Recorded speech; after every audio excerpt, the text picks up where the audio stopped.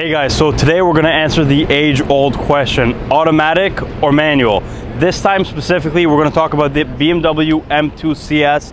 This is the hardcore version of the BMW M2. We're going to go for a drive in the manual one, then we're going to go for a drive in the automatic one and see which is best.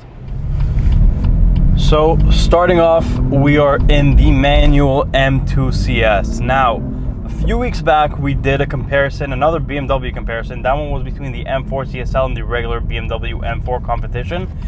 And I said for that one that I did some of my research for the video by watching the straight pipes video. And for this one, I kind of did the same thing.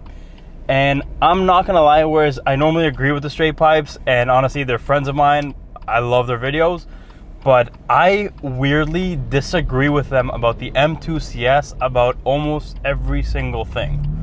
The straight pipe starting off their video right away started getting super excited about the car, saying how having the car for a week was potentially the best week of the year for them. This was 2 years ago, but you know, they get to drive some very, very cool cars. They absolutely love this thing. They said it's a super exciting, super fun car, which I don't totally disagree with, but they were putting on the levels as like one of the best BMWs ever made and all that. And you know, it's a quick car, it's very responsive, but it's not top 3, it's not top 5 in my opinion. The car is very responsive, it's got the power, you got to push it a little bit, but there's just something I feel missing from the car. It's kind of everything you'd expect it to be. It's not overly loud. It's actually weirdly quiet in here. When I picked up the car yesterday, I was really surprised. I thought there might be an exhaust mode or something, but there isn't. So the car just isn't that loud on the inside, but it is honestly pretty good sounding on the outside. Now, basic specs. 444 horsepower, which is about 40 more than the regular M2 competition. And to put that into perspective, that's the same amount of horsepower as the Porsche 959, which was the fastest car in the world back in the late 80s. And now you can get that power in your kind of everyday sports car. So that's pretty good. And I have driven both a 959 and this, and I'm not gonna lie, I think this delivers the power a little bit better. The difference between this and the regular M2 competition, this has fully adaptive suspension. It has a carbon fiber hood with a different shape completely for the hood. It's not just what the material is, so it looks a lot more aggressive. You have this carbon fiber splitter, carbon fiber diffuser, carbon fiber roof. The car just overall a lot lighter, has different wheels. This specific one actually has the carbon ceramic brakes, which to put on a BMW M2 is like crazy, but man, these brakes are good. This one also came with the Cup 2 tires, which is an option on these cars. And we also have the really thick Alcantara steering wheel. Now, like I said, I did disagree with the straight pipes on almost everything related to this car. The one thing I definitely agree with them is the 3 buttons right here to kind of change the throttle response, change the suspension, the steering is very simple. You just press that, and that's for that specific thing is what you change. Yesterday, I was driving the M4 CSL again, and honestly, with that car, I don't even bother trying to change the settings because I have no idea how any of it works. It's so complicated. This is just nice and simple. It's just a button. I don't have to scroll through a menu. It's very easy, and that's the great thing about this car. It's more of a back to the basics type of car. Simple to use, simple to drive. You know, you don't have to focus on all the kind of bullshit going on around here. Other than that, I disagreed with them on almost everything because they hated the steering wheel. Especially, they said do not option the Alcantara steering wheel. I can't believe they said that because I love the steering wheel. I love the BMW steering wheels. They're so thick. It just kind of makes you feel like you're in a race car. It gives you a better feel of everything. I don't know, something about it I really, really like.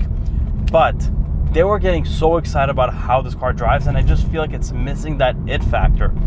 It's, you know, it's a great sports car, but I feel like it's somewhat missing a soul, which for a car that's the, you know, new version of what the 1M was, it's kind of sad to see because the 1M is one of the most fun cars to drive. And in that video, they also talked about saying, would you take this over the 1M? And they actually said this is a better car, which, you know, on paper, they're definitely right. But the 1M just feels so much more alive than this car. This car feels like a car. The 1M is just like, it's an animal. That car, like everything just, it's a lot more awake than it is in this car. So now to the main point of the video. Today we're gonna see if this is a better car in a manual or in an automatic. So to start off, I'm going to do something similar to what I did in the M4 CSL video, which is I'm going to start off with the better version, or you know what you'd think would be the better or more fun one, and then I'm going to go with the other one and see if the differences are really that major. So we're starting off with the manual car, and on top of that, this one also has the carbon ceramic brakes, the steering wheel, all these things that the other one doesn't. And then I'm going to see if you feel like you're really losing out without the stuff. Now, the one drawback that I really have with this car, and honestly a lot of these manual BMWs, a lot of people don't have this issue. It might just be me, but there's something about the shifter that just feels a little bit loose, a little bit like rubbery almost with the feel. It might be because I'm used to a GT4 gearbox, which is just very like clunky and to the point. This one has like, I don't know, a lot more room, and it just, I don't know, there's something about it that just does not feel right for me. But of course, for a car like this, that's like a small sports car, it's not necessarily it is a track car, but it's more about just having fun. Don't worry about the lap times. Just throw the car around. You would ideally like a manual gearbox. And yes, it is fun in this car, but it's not the most fun shifter to use. The shifter doesn't kind of match the tightness of the car. The car feels so tight and so good and so nimble, and the shifter just does not feel like it's meant for this car. It just, I don't know, they throw me off, and it always happens like this in BMWs for me. But other than how the car drives, I do really like the look of the car, especially with the gold wheels. Really sticks out. The hood looks amazing. The outside just looks like an M2 on like a little bit of steroids. It's just a more beefy, bulky M2, even though it's technically not that much, not really beefy at all, more than the regular one. But there's just something about the look of the M2 that it just looks more aggressive. I love the interior. Alcantara absolutely everywhere. You have the Alcantara kind of above the glove box with the CS logo on it. The screen is getting a little outdated, but you know, it is what it is. I like that they're still using the analog looking clusters. Very simple, straight to the point. You know what you got, you know what you're looking at. You don't have to scroll through a bunch of screens. Even though the new look of the M4 cluster looks very cool, I think the old school will always age better than the full digital cluster. But now it's time to head back, hop in the automatic M2 CS for my first time, because I have not driven actually any automatic M2s before. And let's see if that car is better in a manual or an automatic, because honestly that automatic is going to be a pretty good automatic. So let's see if it's worth just sticking to an automatic rather than getting a manual. Okay, so we are in the manual M2. Right away you can tell this gearbox belongs in this car. Like, I love a manual, but like this gearbox feels right for the car.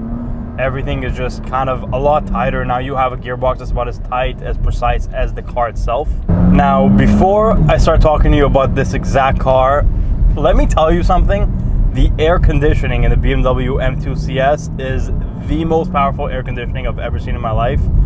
Just gotta put that out there. It's boiling hot outside, and I swear to God, I'm getting a cold in here. But back to the car. This car is pretty much the exact opposite M2 CS as the one we drove 5 minutes ago. That one had the gold wheels, it had the carbon ceramic brakes, the Cup 2s, the Alcantara steering wheel, and it was a manual. This one's got the steel brakes, the black rims, the 4Ss, the leather steering wheel, and the automatic shifter. So now we pretty much have a completely different car.